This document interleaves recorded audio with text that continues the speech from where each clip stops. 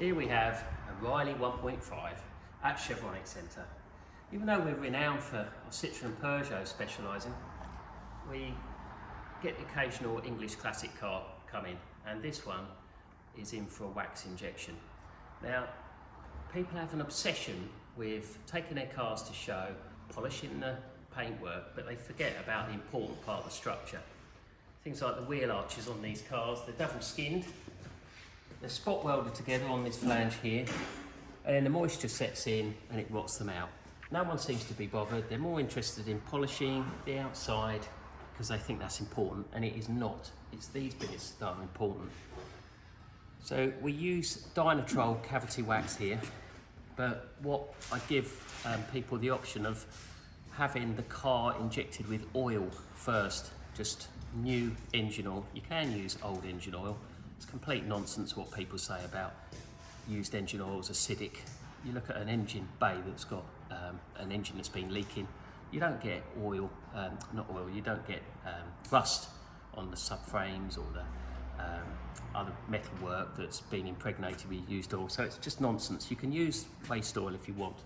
But the important thing, especially on here, so if you come around here, James, just have a look. What you do, in here, get the oil can and soak it at the top there. Now that's, what you see there is just the Dynatrol cavity wax, but the important thing is getting it right into that crevice, and you want to see the oil seep into it and then soak it at the bottom. And that's so important for an English classic car because most of them are built in these thick flanges, and it helps it. Well, you can see it. You can see it dripping down, dripping down from here. And again, all the panels have engine oil in, new oil in to start with. You can see it's still dripping out. It will take weeks for this to stop dripping. So we start with putting an engine oil in to really get into those cavities. Once that's done, then we can use the wax. Now, this is an example of how good it is under pressure, because you've got the seam here. You can see we've obviously got a gap somewhere in the seam, and the wax has come out of there. You might know, if you look at this, the A and B pillars have been drilled on the other side, but you can't see it now. But when I did it, when I put oil into this section, this area here, this seam here was seeping oil, and you can see that's engine oil, that's wax, but that's engine oil. And that's what you want. You want the oil to flow into those seams. It's very important. When it comes to the seals, these are quite a simple structure. It's not like a Citroën. When we wax inject Citroën, there's lots of hidden box sections that we know where they are, and it's important to get them covered in wax inside. But these are quite straightforward. They're like a simple floor pan with a seal section. So you've got an outer section seal, which is this. Then you've got the middle section here, which is just a straight piece of metal coming down. You've got your flange that the felt pushes onto, and then this is your inner section. So we've drilled a hole here where we've put oil in there to start with, and then put wax in as well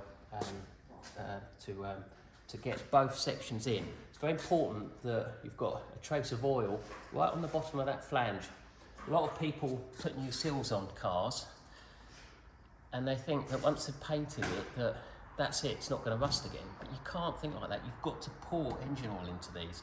It's very important to let that oil penetrate into that flange. Wax doesn't always go in unless it's extremely runny wax. Now with this vehicle, I will recommend to the customer that he doesn't drive it for a few days because of the oil. We need to just let it settle because you don't want to start obviously getting oil on the roads. With the doors, this door has got this arch in here, so and it's again a double skin. So it's got, I've drilled a hole on the door, the top of the door here, and I pointed the oil can to here, so it starts dripping oil in here and coming down. Now, I'm not sure, but I'm not sure if that oil there is actually coming out of a seam or whether it's just dripping out of another crevice. But what you're wanting to do is get the engine oil in here and you want it to follow down to do the door. This door has got a little bit of rust on the bottom. I don't know if you saw that, but there's a bit of engine oil that's just seeping out of the gap here. You can see it's coming out of here. So it's a really good thing to do, and I can't state how important it is on a classic car to do this sort of thing. Just when you go to the car shows, just all you see is people polishing away at their panels, and they're forgetting about the rest of the structure. This isn't important, keeping this bit protected. It's keeping oil in these joints. The fronts have got 2 drilled holes on the outer, and then on the inner I've got one here, and one in the front. I've also drilled a hole here to do the A pillar, to fill that void with wax. Again, the door's been done here, made a bit of a mess, so that needs cleaning up. But and you can see how it's seaming, how it's dripping out slowly of all the drain holes. Now on the front of the Wolseley 1500 and Riley, you've got a bump stop here, which is a box section. Sorry, let me put the torch on, James. That's a box section here. So what I've done, I've drilled, if you come around here, James, you just see it, I've drilled a hole here and sprayed wax in here.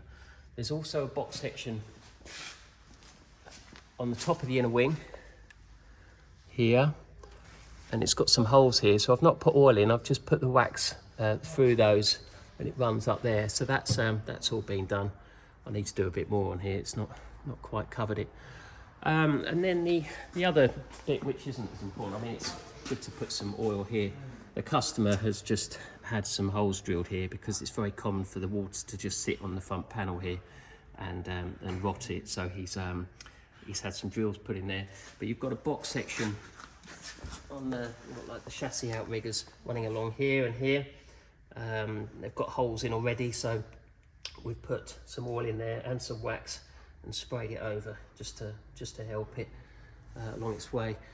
You can hear rust inside, and you can hear it rattling around inside the box section, but to be honest with you, if it's got oil in there and wax, it really will help.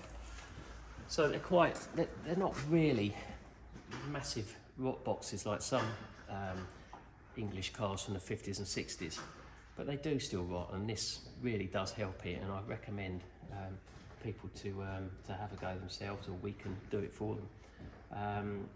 And it's good to just keep it topped up, so maybe every year just get the oil can out. I mean, it's so easy, just put some just pump some oil in those rear wheel arches just to keep the rust at bay. Even if there is a bit of rust there forming, if it's got oil on it, it will take years to rot away.